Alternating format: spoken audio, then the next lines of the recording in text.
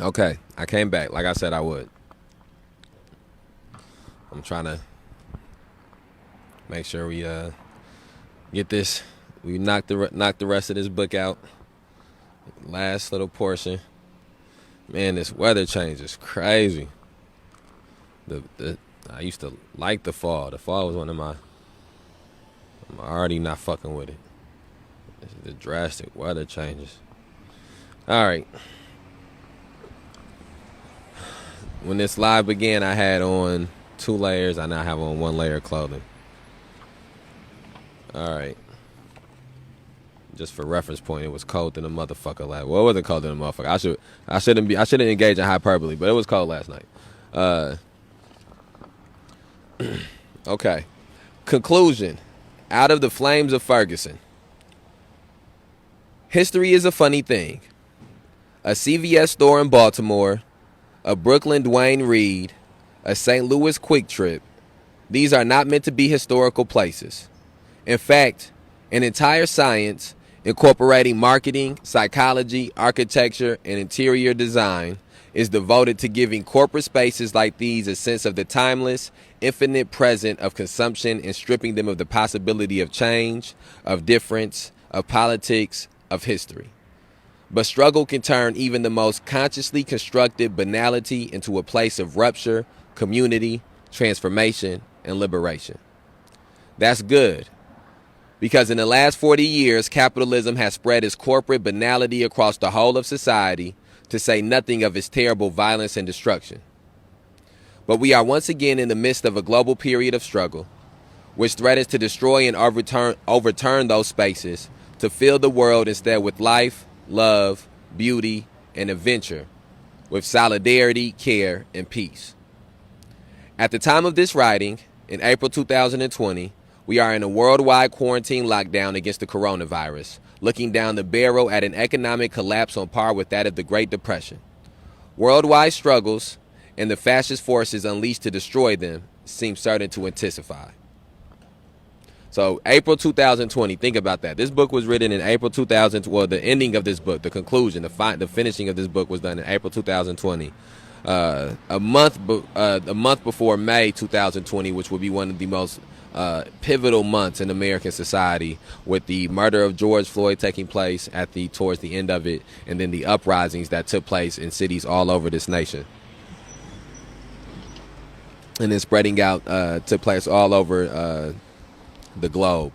And so I'm sure that there will be another chapter. I mean, this book is almost I'm sure that as she was turning it in and as May was happening, this book is almost prophetic about what would take place in May of 2020, about what would take place around the struggle for justice for George Floyd. And so I think it's important that we point out fucking cops. I think it's just important that we point out the timeliness of it.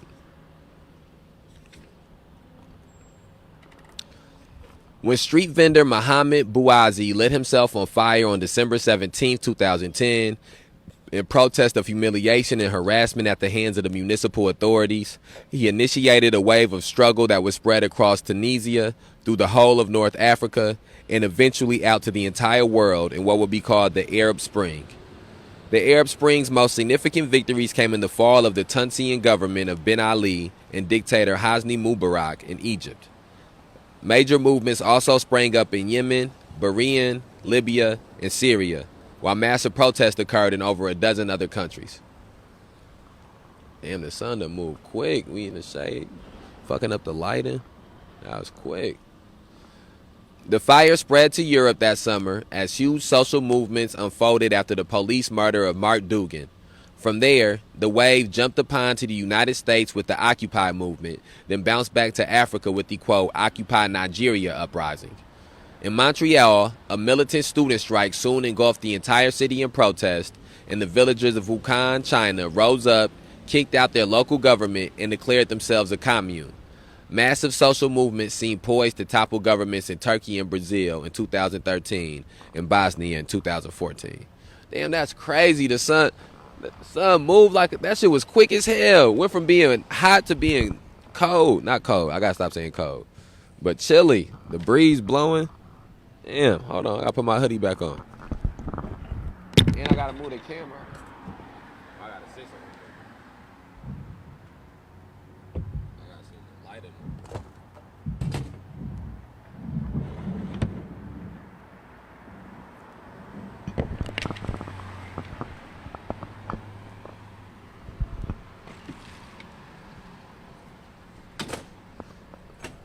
Dang, it ain't no. It's not gonna work. Not gonna work. All right. Damn, I be hating when the lighting don't be right. All right, hold on 1 second.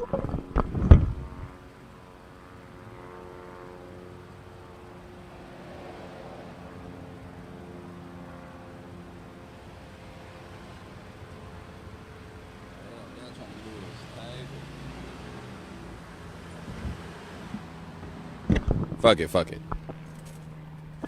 Damn, I be hating. Let me move the camera close. Move the camera back. Lighting. It really do bother me when the lighting don't be right. All right, it's cool. It's cool. Damn, it's horrible.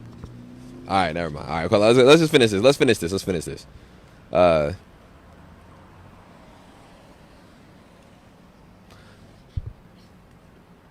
The fire spread to Europe that summer as huge social movements shook Spain and Greece, and the largest riots the UK has seen in decades unfolded after the police murder of Mark Dugan.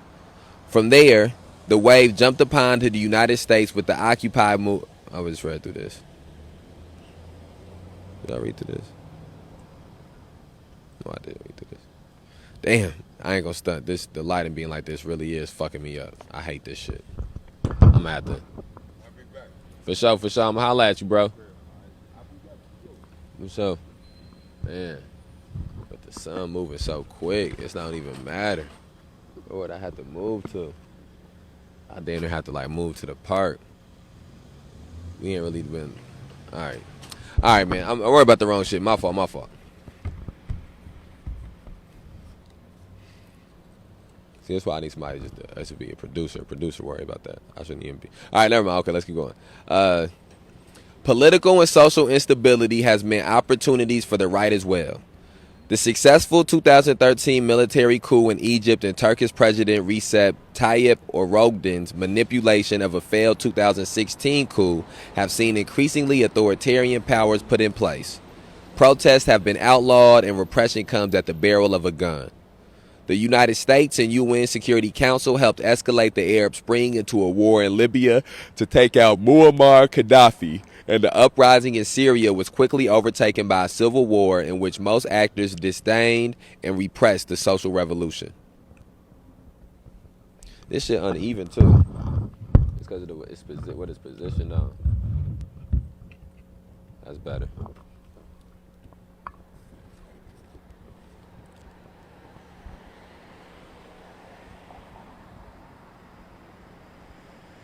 Brazil and Thailand saw right-wing movements appropriate the language and tactics of the 2011 through 2013, quote, movement of the squares, end quote, while in Ukraine, a square-style political revolution was largely co-opted by bourgeois liberals and right-wing Ukrainian nationalists. Coups have been dismantling the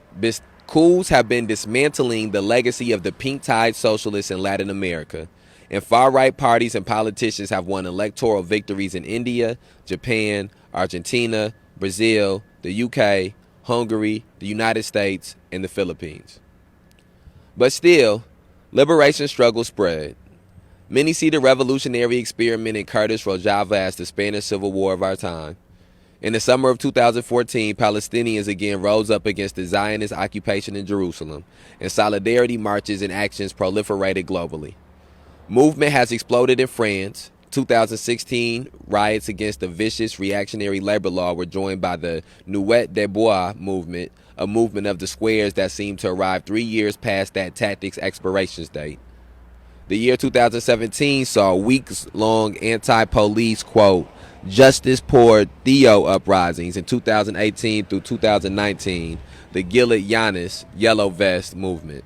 featuring the most destructive rioting in Paris since 1968, as struggle blazed across the entirety of France, including the neo-colonized African island nation of Reunion.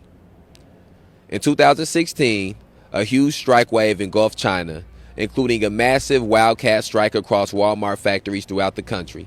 Strikes, despite being outlawed, have been increasing in size and number year on year in China, as have protests.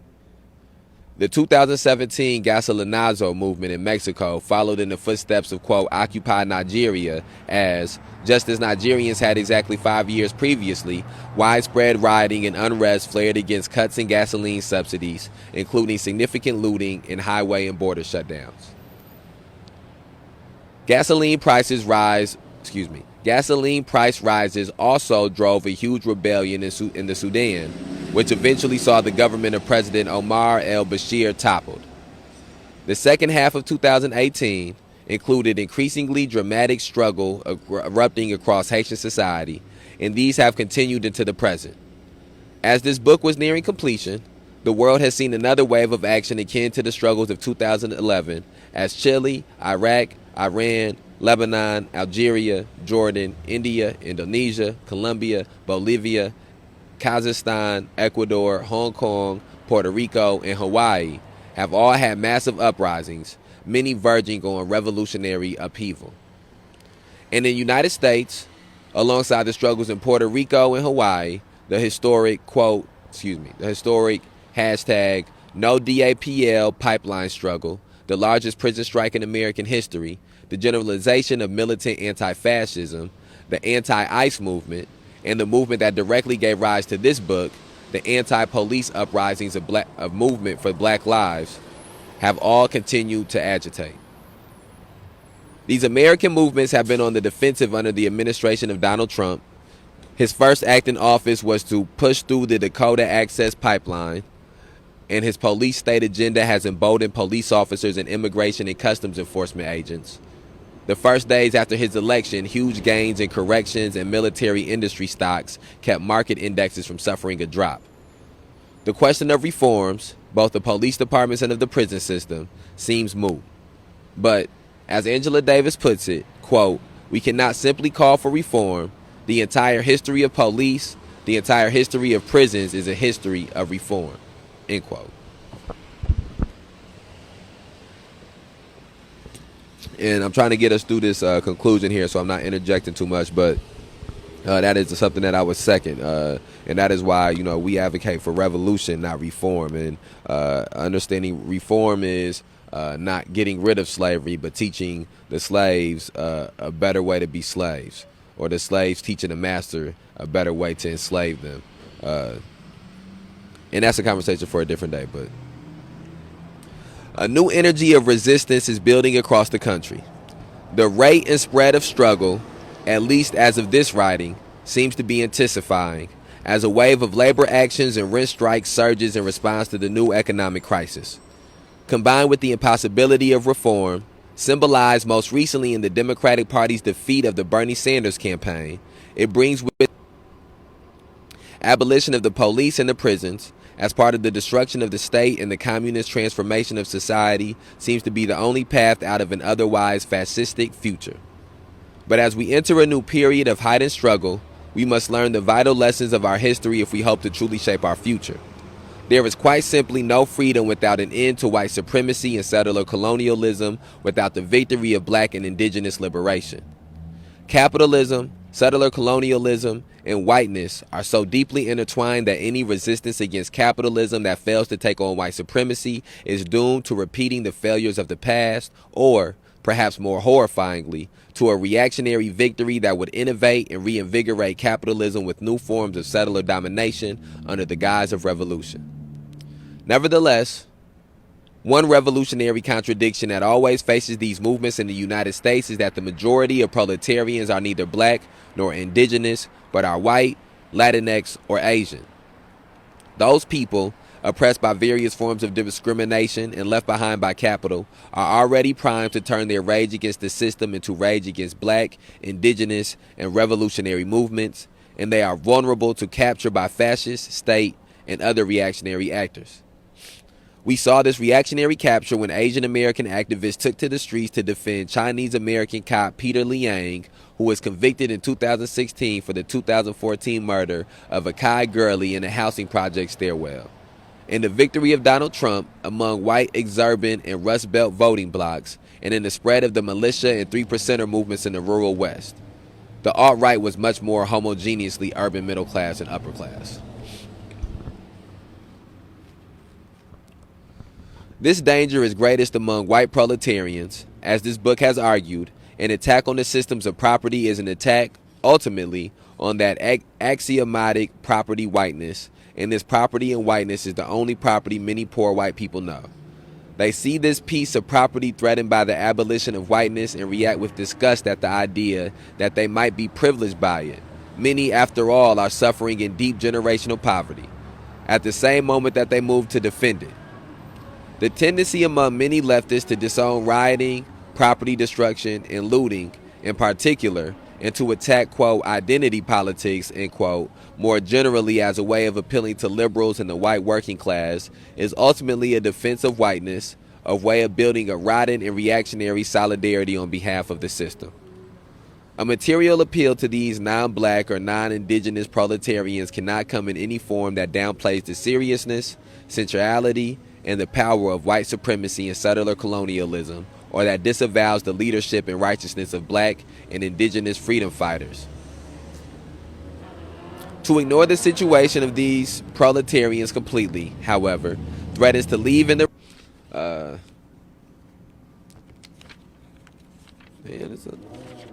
damn, I lost where we was at. Man, back your ass away from my drink, man. What the fuck? My fault, y'all. Okay, where we at?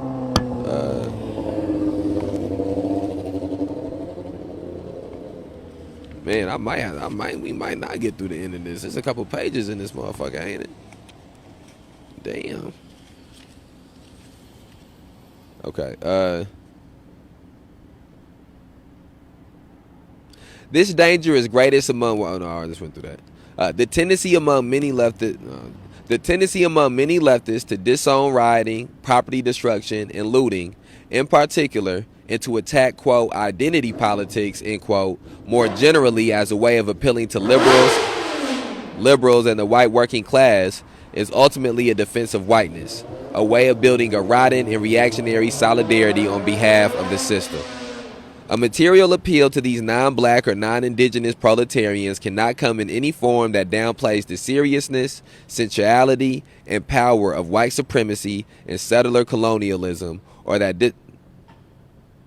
disavows the leadership and righteousness of black and indigenous freedom fighters. I did just read through this. To ignore the situation of these proletarians completely, however, threatens to leave in the rear a mass base for reactionary politics, raising the specter of civil war. The struggle for the abolition of the police, prisons, and borders offers one potential path through this contradiction. The struggle against pipelines and ecological destruction in the name of indigenous sovereignty, leaking up with Appalachian pipeline defenses, offers another, and the multiracial looting and rioting in solidarity with black Angelenos in LA in 1992, yet a third. A revolutionary movement must reduce the value of whiteness to zero, while simultaneously demonstrating the possibility of better lives for all of us stuck under its horrifying system. No small task, but not an impossible one either. The very least revolutionaries can do is not disown and disavow these moments of uprising, but instead recognize in them the wisdom and power of the black revolutionary tradition, turn toward these moments of rupture with joy, attention, and solidarity, and fight to spread them to every corner of this globe.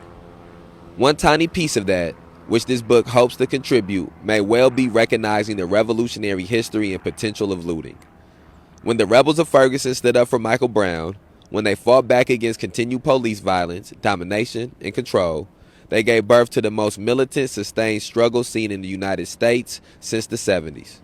They rose up both in the midst of a broad international moment of struggle and crisis and out of the long black radical tradition in its specific American forms and its black Atlantic internationalism. Okay, and then that brings us, oh man, it's only like 3 pages. I should knock this out, but damn. What time is it? Hold on, let me see what time it is. All right. It's a little chilly, man. Let me put my pants back on. It's a crazy thing to say while you outside, but I got shorts on. I'm not. I got shorts on.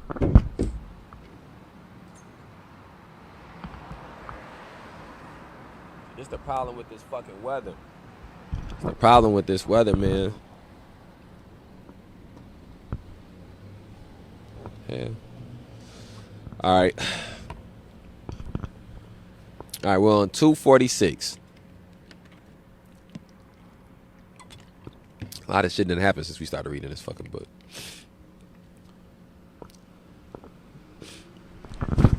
Man.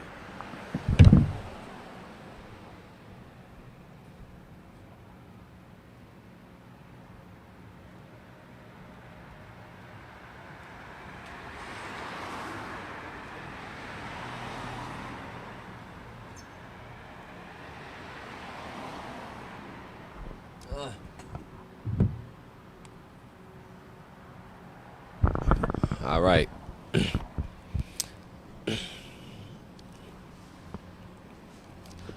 When Darren Wilson gunned down Mike Brown for the crime of being black in the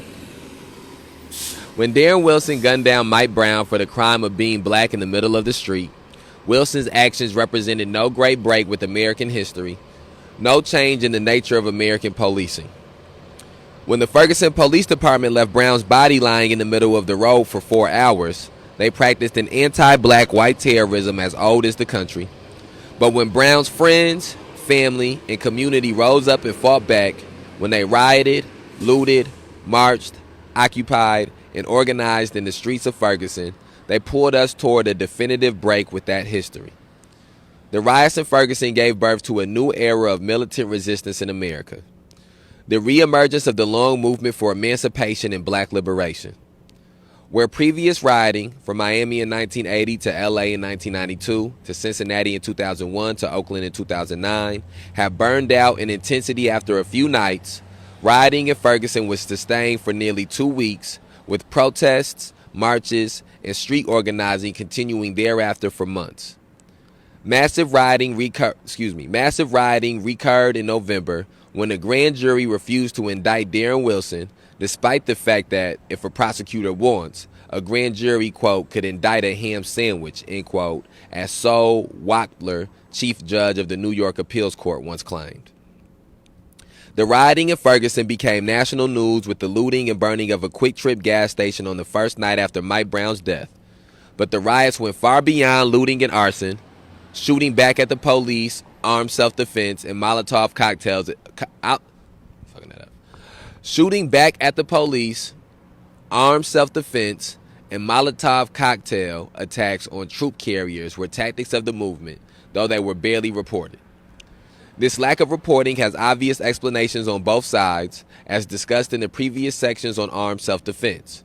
For the organizers focused on the outward appearance of the movement, already worried about media framing of black criminality and violence, the fact of shooting at police threatens to completely derail the argument of movement nonviolence and innocence.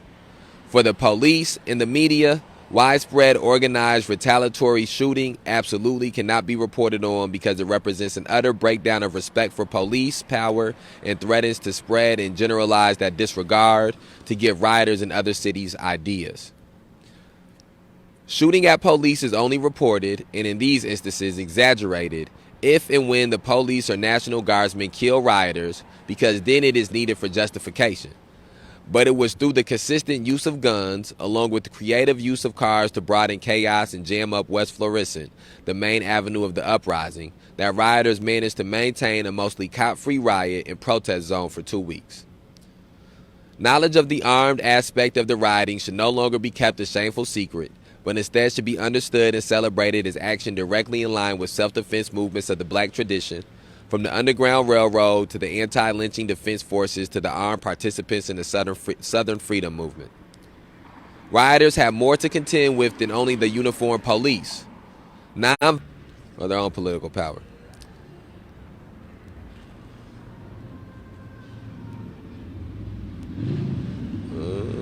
In Ferguson, local politician Antonio French, the new Black Panther Party, and ministers were the most active peacekeepers. Raven Rakia describes their actions. Quote, instead of focusing on the violence of the police, peacekeepers are focused on silencing and quelling the crowd, to the point where they pinpoint the issue being a person throwing a plastic water bottle at a police line in riot gear, equipped with helmets, body armor, and armored trucks. End quote.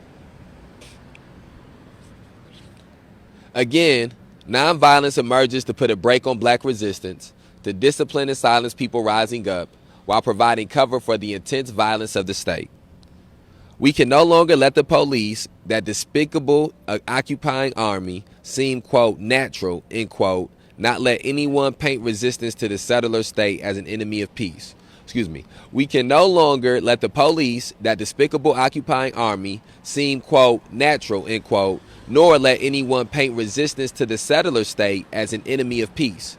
Their peace is the peace of the grave. In Ferguson, such, quote, peacekeepers, end quote, provoked immediate and direct antagonism. Many protesters saw clergy directly informing the police. In at least one crucial instance, peacekeepers formed a wall in front of the cops, preventing attempts by protesters to break police lines because they were unwilling to charge into the clergymen.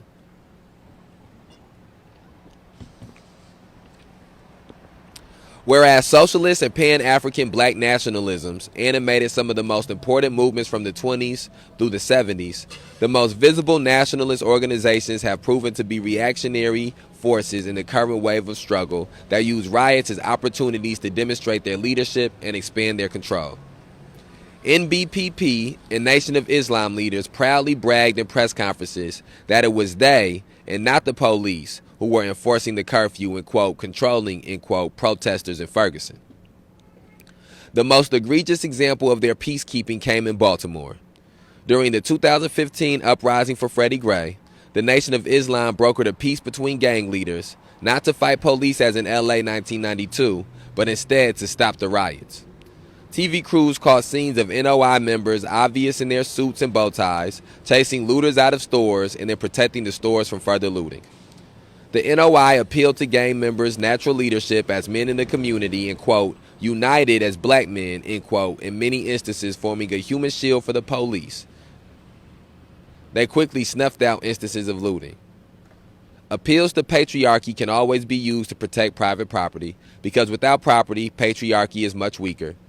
The originary and only property guaranteed to all men are, after all, the wife and children in his family. Here again, we see how often anti-militancy is patriarchal. And then there are the co-opters of a more subtle variety, the, quote, leaders, end quote, and non-profiteers who try to build careers off of media appearances, who try to channel spontaneous uprising into single demand-based protest models that can appeal to funds and funders, into electoral or reformist campaigns more easily controlled. And then there are the writers, thinkers, activists, and revolutionaries, like me, who in the name of pushing the struggle forward, wrench it into theories, arguments, and texts incapable of truly recapturing the fire and always, as such, threatening to extinguish it like a wet blanket. As the flames rose above the Ferguson Quick Trip, those who would put out the fires were, for the moment, outgunned by those who fought for Michael Brown. In their moment of rage and mourning, they heard that famous cry from Watts echoing down the decades. Burn, baby, burn. After NYPD officer Daniel Pantaleo's acquittal for the murder of Eric Garner, the flames leapt from Ferguson to New York and the Bay, then to Baltimore, Baton Rouge, Milwaukee, and Charlotte.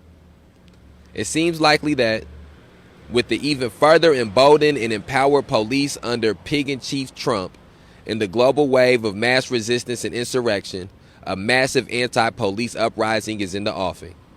Maybe this summer, maybe next. Again, it should be pointed out this was written in 2020, came out right before the uprisings around the murder of George Floyd. So prophetic text.